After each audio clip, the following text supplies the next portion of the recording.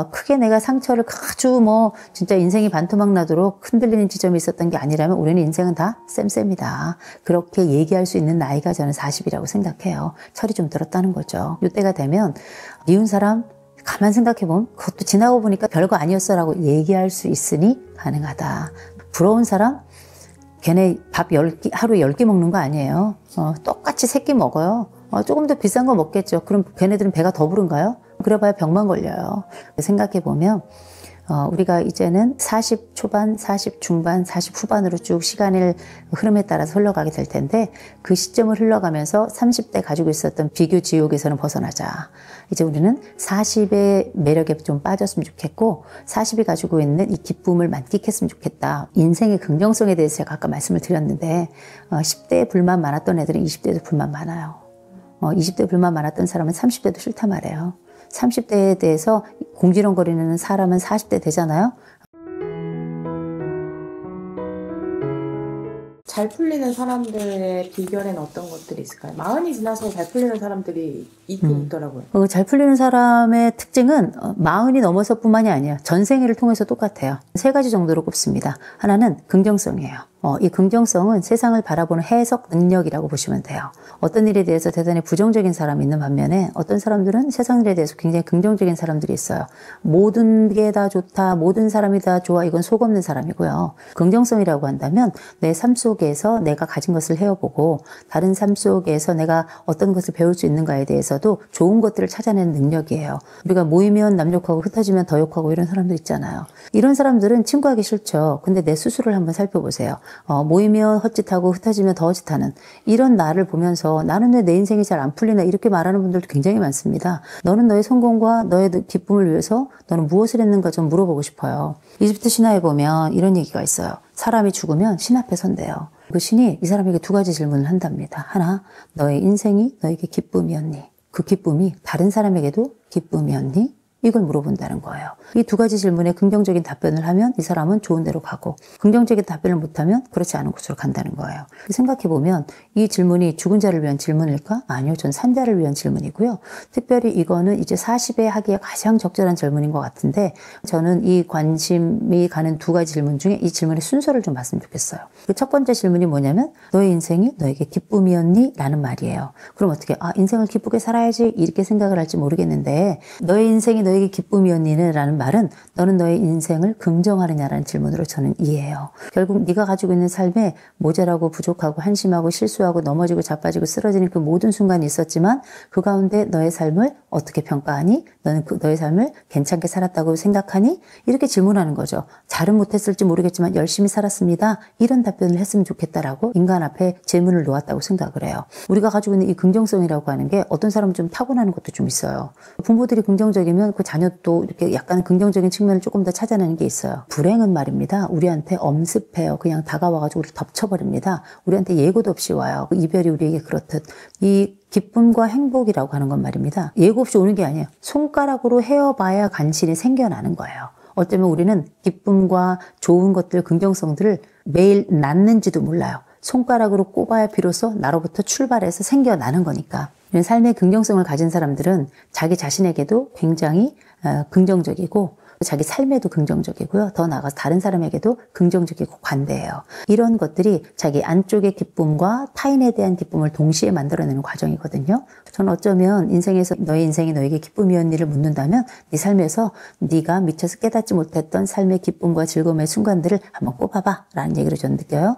그게 40대에 좀 자주 있었으면 좋겠습니다. 왜냐하면 그때가 살살 이제 인생의 계산을 앞뒤로 막 하기 시작할 때거든요. 지나온 걸 생각해보면 나 초중 고등학교 때 공부 더럽게 못했어 이런 분들 계시죠? 괜찮아요. 인생 공부 잘하면 돼요. 내가 살아가면서 난 가난하게 살았어. 괜찮아요. 지금부터 열심히 저축하고 잘 벌어서 내 삶에 대한 안정성을 높이면 돼요. 내가 살아가면서 내 주변에 좀 나쁜 사람들이 많아서 지금부터 내가 좋은 사람이 되고 내가 좋은 사람들을 향해서 달려가면 되는 거예요. 그러기에 충분히 좋은 나이고 그러기에는 넉살마저도 이제는 괜찮은 나이기 때문에 한번 좀 시도해 본다면 나의 인생의 긍정성 굉장히 높아질 것이다. 2번째가 삶의 주도성이에요. 우리가 생각해 보세요. 딱 태어났어요. 그러면 엄마가 입혀준 옷 입고 살아요. 조금 커서는 교복 입었어요. 그다음에 갔더니 이 직장에서는 이렇게 입어야 된대요. 유행하는 게 있어. 그것도 따라 입다가 그렇게 살았는데 40이 넘어가잖아요. 누가 뭘 입든 내가 어떤 걸 입든 다른 사람들이 관심이 없어요. 참 땡큐 아니에요? 고마워요. 왜냐면 우리가 내가 뭐 할 때마다 사람들 일거수일투족 너 이거 맞게 했어 틀리게 했어 이렇게 이 세상에 평가의 눈들이 수백 개가 마치 아르고스처럼 나를 이렇게 바라보고 있는 눈이 많다고 생각하면 그 인생을 어떻게 살겠습니까? 40이 넘어간다는 얘기는 뭐냐면 이제 적당히 늙었어요. 적당히 늙어서 사람들 시선을 크게 의식하지 않아도 되는 나이인 것이 사람들이 이제 우리 더 이상 관심이 없어요. 우리가 어리고 귀여워서 빵긋빵긋 웃는 나이도 아니고요. 그렇다고 청소년이라서 껌 씹고 다리 후달리는 이런 애들도 아니고요. 청년이라서 여전히 아름답고 싱그러운 눈동자를 가진 것도 아니고요. 적당히 개슴치레하고요. 적당히 그냥 뭐 대충 다 약간씩은 별로이고 아직 남은 것도 좀 있고 뭐 이런 아주 애매모호하지만 뭐 그런 대로 나쁘진 않은 이런 나이예요. 옷도 내가 편한 대로 입을 수 있는 나이 아니겠어요? 남의 눈치를 조금씩 덜 보기 시작한 나이가 되는 겁니다. 이게 바로 삶의 주도성이에요. 이 주도성은 어렸을 때부터 꽤 있었어요. 우리는 원래 이 주도성이라고 하는 단어는 우리가 흔히 말하는 훈육을 많이 하는 나이, 유치원 때, 그때 인생의 주도성이라고 하는 인생의 과업을 하게 돼요. 이 인생 과업을 할 때 부모들이 옆에서 훈육자라는 이름으로 해서 그 경계를 딱 지어주는 겁니다. 야, 규칙은 이런 거야. 야, 해야 될 거 하지 말아야 될 거, 그 경계 울타리를 딱 알려주면 집에서 이건 해야 되고 이건 하지 말아야 되겠구나. 이런 기준이 있구나라는 걸 알아요. 그러면 이걸 가지고 놀이터에 딱 나가서 야, 너 줄 서, 너 오른쪽 왼쪽 이렇게 해본 사람이 있다면 이 사람은 자기 주도성을 가지고 있는 거예요. 인생 살면서 한 번이라도 이런 역할을 해봤다면 주도성이라는 걸 가지고 있는데 이 주도성이 있다고 해서 인생이 이렇게 막 파란만장하고 막 좋고 막 쫙 펼쳐지고 그런 게 아니라 내가 원하는 결정을 내 기준에 맞춰서 할 수 있게 된다는 거거든요. 이건 얼마나 중요한 일이에요. 우리는 다 인생에 다 자기만의 시계를 가지고 있어요. 20살이 딱 넘어가잖아요. 누가 우리한테 야, 너 이렇게 살아, 너 저렇게 살아 이렇게 얘기하지 않아요. 그때부터 우리는 우리가 알아서 우리의 목표 세우고 거기에 맞춰서 우리가 설정한 결과에 도달하도록 노력하고 그렇게 우리가 성취를 해내가면서 그 성취의 포도송이를 읽으면서 우리가 하나의 거대한 상품이 되고 작품이 되는 거 아니겠습니까? 그런 것처럼 이제 40이 됐다는 얘기는 이제 내가 알고 있던 내 삶의 지점에서 내가 결정해야 될 것도 많고 결정하며 살아야 되는 것도 많은 거예요. 결정해야 될 것이라면 지역사회 혹은 뭐 가정 내에서 다른 사람들 관계 속에서 기준을 만들어가는 사람이고요. 직장에서도 보통 40대가 척추, 허리 아니겠어요? 이 사람들이 보통 뭐 대리나 과장이나 팀장이나 책임이나 이런 거 맡으면서 사실은 실무자로서 일을 하는 거거든요. 40대의 실무자들이 똑똑한 회사가 잘 돌아가는 회사인 거예요. 그 위에 리더가 어떻게 리더십을 발휘하는 게 되게 중요하겠지만 그 실무자들이 얼마나 힘있게 이 의지를 가지고 돌아가느냐에 따라 가지고 이 팀이 잘 되는 거예요. 이런 거와 관련된 이야기가 이제 구글에서 나왔던 그 연구 프로젝트 보고서인 아리스토텔레스 프로젝트에 나오는 얘기거든요. 자기 삶의 주도성이라고 하는 건 이때부터는 발휘하기가 너무 좋아요. 내가 결정하는 거죠. 내 의상도, 내가 가고 싶은 것도, 살아가는 삶에 있어서의 모토도, 또 내가 만나고 싶은 친구도, 내가 가지고 있는 이 경제적 영역에서 이 돈을 어떻게 쓸 것인가 이런 것들도 다 우리가 함께 하는 계획 속에, 내가 함께 만드는 계획 속에, 내가 결정하는 계획 속에 그렇게 좌지우지 할 수 있는 나이거든요. 40이 돼도 계속 남의 결정에 따라가는 사람들도 있어요. 40이 돼도 내 돈조차도 내 맘대로 못 쓰는 사람도 있어요. 결정에 동의를 해서 그걸 함께 하는 건 내 결정에 따른 거예요. 그런데 다른 사람들이 특별히 뭐 내 부모가 나의 돈을 뭐 이리저리 한다든지 아니면 내 배우자가 나의 동의 없이 돈을 이리저리 한다든지 뭐 이런 방식으로 해서 인생에 멱살 잡혀가지고 사는 사람들도 되게 많아요. 자기 결정 제대로 한번 못하고. 근데 이제 40이 넘어가잖아요.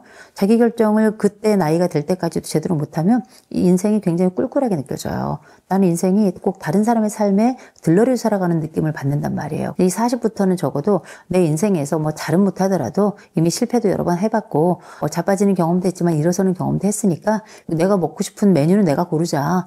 또 내가 입고 싶은 옷은 내가 고르자. 내가 싫은 것에 대해서는 좀 거절도 할 줄 알자. 별 문제 없어요. 왜냐면 우리가 40 정도가 되잖아요. 사회생활 해가면서 짬밥이라는 것도 생기고요. 나아가서는 인생을 살아가면서 양심이라는 것도 받고요. 객관적인 평가로 이게 옳고 그른지에 대한 기본적인 인생을 살아가면서 자기가 이게 해야 될 건지 말아야 될지에 대한 기본적인 윤리적인 선이나 도덕적인 사회적인 이런 것들은 다 알고 관례를 아는 나이입니다. 지금부터는 크게 선택해도 크게 잘못하지 않아요. 대신 다른 사람에게 내 인생은 멱살은 잡히지 않는 나이가 돼야 되는 거, 이걸 삶의 주도성이라고 얘기해야 될 것 같아요. 마지막으로 40이 1등 부자가 됐으면 좋겠어요. 1등 부자라는 건 뭐냐면 생각보다 간단합니다. 미운 사람 없고 부러운 사람 없으면 1등 부자예요. 보통 우리가 30대까지 정말 비교 지옥 속에서 몸부림치면서 그렇게 살았거든요. 나이 좀 먹었잖아요. 그리고 체중도 늘어가잖아요. 사람들과 함께 살아가면서 인생의 비중도 관계에 있어서도 나라는 사람이 그렇게 이상한 사람이 아니라는 걸 사회를 살면서 우리가 입증을 했잖아요. 지금까지 내 삶을 좀 인정해야 돼요. 나 괜찮았어. 그렇게 생각하잖아요? 그럼 내 삶이 또 괜찮은 것 같아요. 또 구려? 그럼 뭐 한없이 구린 것 같지만, 뭐 또 괜찮은 것 같아? 그럼 또 괜찮잖아요? 그렇게 스스로를 좀 한 번씩 봐주는 나이가 됐으면 좋겠는데, 그렇게 봐주고 나면 무슨 일이 벌어지냐면, 나한테 잘못했던 사람들이 또 문득문득 인생의 빌런들이 우리 삶에 끼어들잖아요. 이 빌런들도 지나고 생각해 보잖아요? 그것들도 또 별거 아니에요. 그것들이 이상했던 거지, 내가 또 아쉽게 또 억울하게 좀 당한 시점도 있는데, 우리가 남한테 해코지도 또 많이 했어요. 생각해 보면.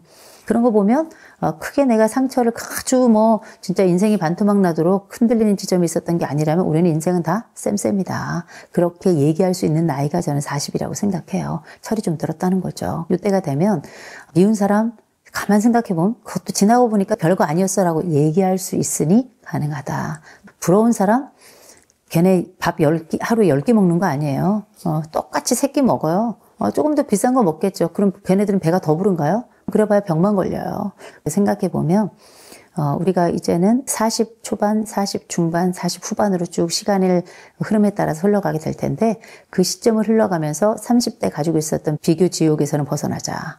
이제 우리는 40의 매력에 좀 빠졌으면 좋겠고 40이 가지고 있는 이 기쁨을 만끽했으면 좋겠다. 인생의 긍정성에 대해서 제가 아까 말씀을 드렸는데 10대에 불만 많았던 애들은 20대에도 불만 많아요. 20대 불만 많았던 사람은 30대도 싫다 말해요. 30대에 대해서 궁지렁거리는 사람은 40대 되잖아요. 자기는 여기까지 괜히 살았다고 얘기해요. 이 사람은 죽을 때까지 궁지렁거리다 그렇게 맨 마지막에 우물쭈물하다 그렇게 될 줄 알았다 이런 묘비명이 쓰일 거예요. 생각해 보세요. 우리가 이 40은 50대, 60대가 볼 때는 가장 젊은 나이고요. 사회적으로도 가장 그 탑을 향해서 올라가는 나이입니다. 물론 위기와 어려움이 있지만 그렇게 인생이라는 게 다 줄타기 아니겠어요? 이 줄타기라고 하는 걸 나쁘게만 많이 보시는데 생각해 보세요. 그 아슬아슬한 지점에 보는 자도 오르가즘이고요. 타는 자도 오르가즘이에요. 어쩌면 가장 불안할지 모르겠지만 가장 위태로움 속에서도 쾌감을 느끼는 게 바로 그 지점이거든요.